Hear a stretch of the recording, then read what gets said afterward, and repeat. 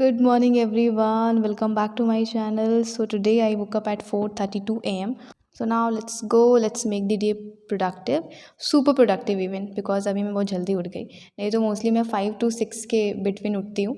And अभी मैं उठ चुकी हूँ. साथ के साथ मम्मी भी उठ गई. मम्मी को तो पूरा 12 के 12 मिनट्स 4:30. पर आज मुझे लगा कि लेट्स गो टू टेरेस, चलते हैं वहाँ पे थोड़ा सा वॉक करते हैं, अच्छा लगेगा. बट बिल्कुल इतना ज़्यादा डार्क हो रखा है कि मुझे डर लग रही थी. तो थोड़ा मेरे साथ है कि मतलब मुझे अंधेरे से डर लगता है. अभी सबसे पहले मैंने पानी पिया ढेर सारा. सुबह-सुबह बहुत प्यास लगती है. इस टाइम तो प्रयागराज की गर्मी ने तो एकदम क्या कहते हैं लिमिट क्रॉस कर दी है कि किसी भी टाइम आपको प्यास लगती रहेगी. तो मेरे साथ भी वही सुबह उठते ही मतलब मुझे ये नहीं लगता कि मैं ब्रश कर लूँ, पहले मुझे लगता है मैं पानी पी लूँ क्योंकि मैं अवॉइड करती हूँ. मैं ब्रश करने के बाद ही खाती हूँ या फिर पानी-वानी पीना जो भी है. तो अभी मैंने एनवायरनमेंट स्टार्ट कर दिया है पढ़ना एंड आज मुझे इसे ख़त्म करना है. और येस, आज के इस वीडियो में आपको जो स्ट्रैटेजी है ना 30 डेज़ की एंड जो भी मैंने बुक्स रेफ़र की है वो सारी चीज़ें मैं आपसे शेयर करूँगी. So please do make sure to watch this video till the end. अभी एक्सप्लोर करके मैं टेरेस पे आ गई थी. फ्रेंड्स, बहुत सारे लोग मुझसे पूछते हैं आपकी टेलीग्राम आईडी कहाँ है, कैसे ज्वाइन कर सकते हैं. आज के डिस्क्रिप्शन में टेलीग्राम आईडी दे दी है. आप मेरा टेलीग्राम चैनल ज्वाइन कर सकते हो. वहाँ पे आप 1 to 1 मेरे से बात भी कर सकते हो.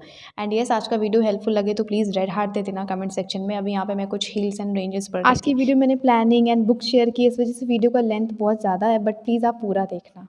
पढ़ाई हो गई है, इन्वायरमेंट मैंने कंप्लीट कर लिया है और अभी मेरा थोड़ा सा पोर्शन उसका बचा हुआ है जो national park, biosphere reserves and all those miscellaneous part that I have to read still, that I am doing later. But इससे पहले as I promise you all कि मैं बुक्स शेयर करूँगी प्लस मेरी जो स्ट्रैटेजी मेरी जो प्लानिंग है, मतलब मैं कैसे कैसे पढ़ रही हूँ इस बार की प्रीलिम्स के लिए, सारा कुछ मैं आपसे शेयर करूँगी. वैसे मेरा ऐसा कुछ प्लान नहीं था शेयर करने का क्योंकि पता नहीं क्यों मुझे पर्सनली नहीं सही लगता है. बट मैंने सोचा कि नहीं यार, ये सही गलत क्या होता है. लाइक मैं डरती थी कि रिजल्ट यार पता नहीं फेवर में हो ना हो, पता नहीं कैसा क्या हो. मैं फ्यूचर का बहुत ज़्यादा सोचती थी. मुझे लगता था पता नहीं कैसा क्या हो, मैं कोई चीज़ शेयर कर दूँ फिर लाइक रिजल्ट फेवर में ना हो तो फिर लोग फिर नेगेटिव बोलेंगे. So this is what I was thinking. But नहीं, ऐसा कुछ नहीं है यार. रिजल्ट तो किसी के मतलब किसी को नहीं पता है क्या होगा क्या नहीं होगा. बट पढ़ते सब हैं, सब अपना 100% देते हैं, सब मेहनत करते हैं. जिसका होता है तो, जिसका नहीं होता है तो. मैंने सोचा कि चलो फाइनली आपका वेट ओवर होता है. मैं क्या क्या रिसोर्सेज यूज़ करती हूँ एंड मैंने क्या क्या रिसोर्सेज यूज़ किए हैं, कौन कौन सी बुक मैं पढ़ रही हूँ एंड मैंने किसके नोट्स बनाए हैं किसके नहीं बनाए हैं, everything I am going to share with you all in this video. And ये जो है ना सारी चीज़ें ये यूपी पीसीएस के लिए है. Let me clear this first, ये यूपीएससी के लिए नहीं है. This is for UPPSC. मैं दोनों एग्जाम्स का प्रिपरेशन कर रही हूँ, यूपीएससी एंड यूपीपीएससी. एक्चुअली मैंने देखा कि यूपीएससी का सिलेबस काफ़ी अलाइन है यूपी पीसीएस से. So I thought let's give it a try, मतलब देते हैं क्या दिक्कत है. और वैसे भी इनिशियली ऐसा हुआ करता था, मतलब मेरे साथ भी कि मतलब बस यूपीएससी यूपीएससी. बट जब से मैंने इतनी सारी अनसर्टेनिटी देखी है, मतलब मैंने भी देखा है लोग इतना पढ़ रहे हैं हो नहीं रहा है, तो आई थॉट चलो ठीक है यार, अगर सिलेबस अलाइंड है तो देते हैं ना, क्या दिक्कत है. वी डोंट नो हम किस चीज़ के लिए बने हैं. हाँ, हमें चाहिए वही चीज़ जो हमने सोचा है, बट फिर भी यार थोड़ा सा मैंने सोचा कि एग्ज़ाम देते हैं, लेट्स बी प्रैक्टिकल. ड्रीम एम सपना वो तो है ही, वो तो इट्स ऑल राइट. बट मैंने सोचा है और नेक्स्ट ईयर में और भी एग्ज़ाम्स को टारगेट करूँगी. ये मेरा पर्सनल चॉइस है, इसमें किसी भी टाइप का कोई प्रेशर नहीं है क्योंकि this is what I believe. यार क्या पता कहाँ पे हो जाए, वी डोंट नो.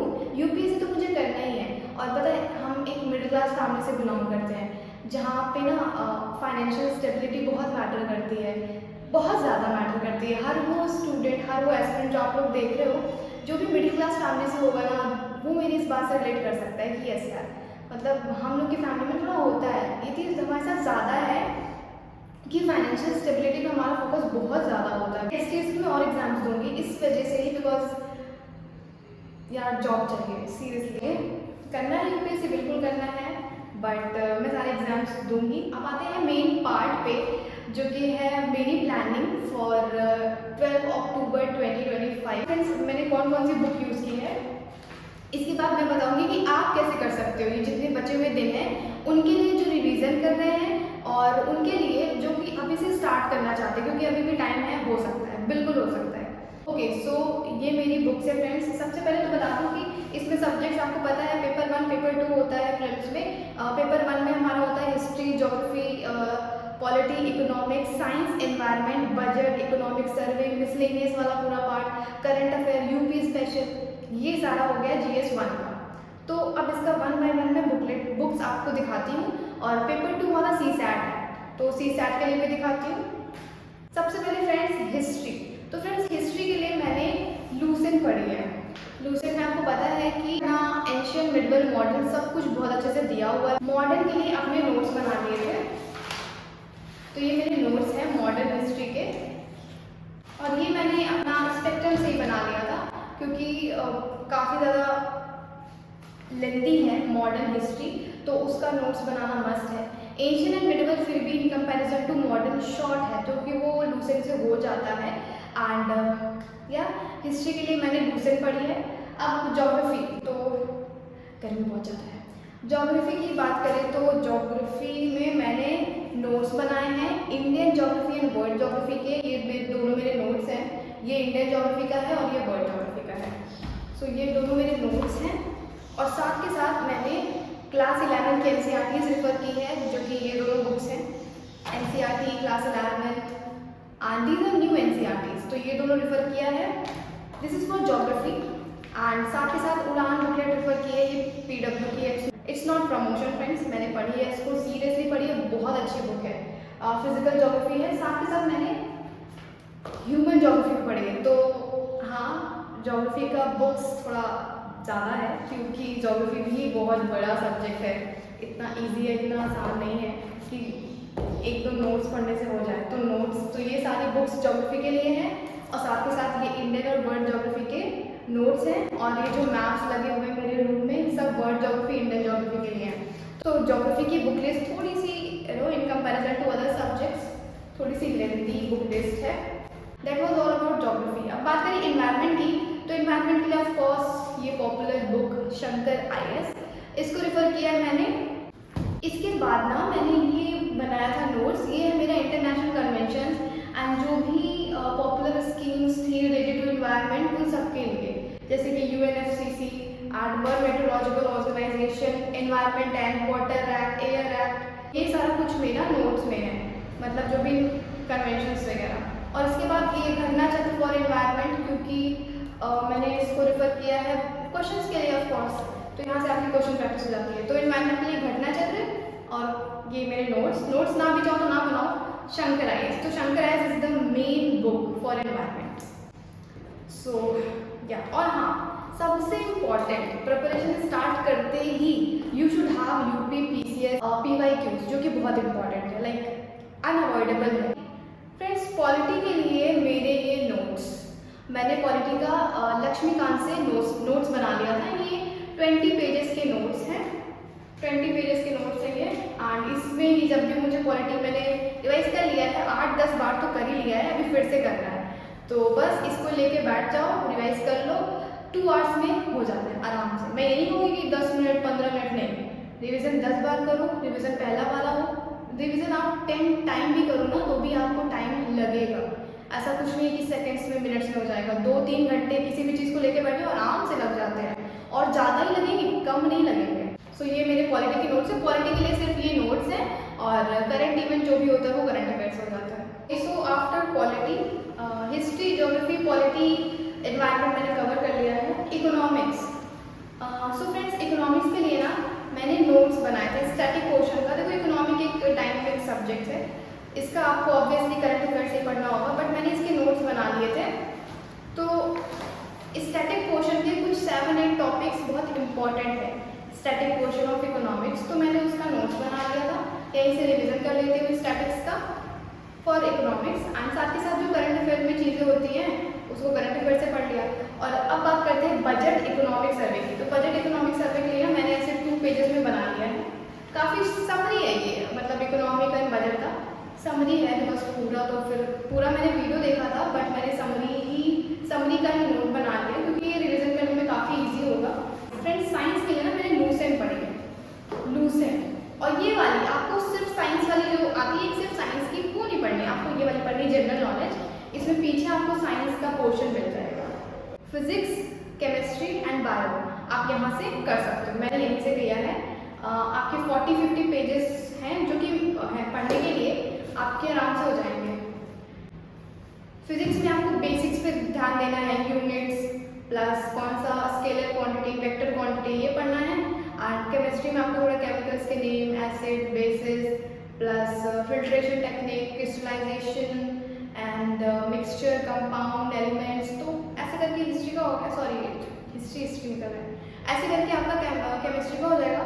बायो में आपको थोड़ा सा ब्रॉडर एस्पेक्ट्स पे पढ़ना होगा, like you have to cover everything, क्योंकि वहाँ पे क्वेश्चंस के वेटेज ज़्यादा है, तो बायो के लिए आप ज़्यादा पढ़ो। मैंने ज़्यादा पढ़ा है उसके लिए। So ya that is all about science. तो I have covered history, geography, polity, science, environment, budget, economics and UP special. Now let's talk about UP special. UP special के क्वेश्चंस अगर हम देखें, लास्ट ईयर जो pattern बदला है 2024 से UPPSC के प्रीलिम्स का, तो उसमें यूपी स्पेशल के क्वेश्चंस इतने ज़्यादा नहीं थे, बट फिर भी हमें पढ़ना तो है ही है। तो मैंने इसके कुछ नोट्स नहीं बनाए हैं, ना मैंने कोई बुक रेफर की है, जस्ट मैंने एक पीडीएफ ऑनलाइन ऐसे ही उसको पीडीएफ है वो यूपी स्पेशल का। तो यूपी में जितने भी इम्पोर्टेंट स्कीम्स हैं, इवेंट्स हैं एंड क्या क्या जो स्टैटिक में ही जो पॉपुलर चीज़ें हैं वो सारा कुछ मैंने पढ़ लिया, लाइक कौन सा डिस्ट्रिक्ट किस चीज़ के लिए फेमस है। तो ये सारा कुछ करके ना मैंने वो एक पीडीएफ रखी है मेरे पास, वो मैंने पढ़ लिया यूपी स्पेशल के लिए, क्योंकि 6-7 क्वेश्चन ही आएंगे। So that's about UP special. And if I talk about CSAT now paper 2, हम जीएस 1 के इतना ज़्यादा इन्वॉल्व हो जाते हैं कि हम जीएस 2 को भूल जाते हैं। तो ये मेरे नोट्स हैं सीसैट के, इसमें मैंने English, Hindi, interpersonal skills, reasoning सबका लिख रखा है। मैंने मैथ्स को छोड़ दिया क्योंकि मेरी मैथ्स वीक है, मैं बायो स्टूडेंट रही हूँ, तो रिलेट कर सकते हो कि मेरी मैथ्स फिजिक्स कैसी होगी, बट मतलब इतनी बेकार नहीं है, जो कॉन्फिडेंट नहीं है उन सब्जेक्ट्स में। तो हमारे सीसैट में English, Hindi, interpersonal skills, reasoning, maths है ना, तो मैंने मैथ्स को हटा दिया, मैंने 4 सब्जेक्ट्स पे फोकस किया है, English, Hindi, interpersonal skills plus reasoning अपना सीसैट। तो ये हो गया। एंड आप कैसे कवर कर सकते हो, आप चाहो ना तो बहुत सारी पब्लिकेशंस की मार्केट में आपको मिल जाएगा, सीसैट के लिए आती है, आप वो ले सकते हो, या फिर आप चाहो तो आप भी ऐसे नोट्स बना सकते हो। बस इतनी बातें हो गई, और मैंने सिलेबस नहीं आपको बताया कि सिलेबस बहुत इंपॉर्टेंट है, बहुत ज़्यादा। तो यहाँ के जो पॉइंट्स हैं ना, अब जैसे यहाँ पे हिंदी और इंग्लिश का दिया हुआ है, तो सीसैट के लिए मैंने इन पॉइंट्स को लिख लिया था, उसके बाद उस पर्टिकुलर पॉइंट को यूट्यूब पे जाके सर्च किया। जैसे यहाँ पे देखिए, जैसे संधि समास है, तो मैंने लिखा संधि समास यूपीपीएससी वीडियोस लेक्चर, तो वहाँ से जो भी वीडियोस मुझे अच्छी लगी, समझ आया, मैंने उसको समझा, उसका नोट्स बना लिया।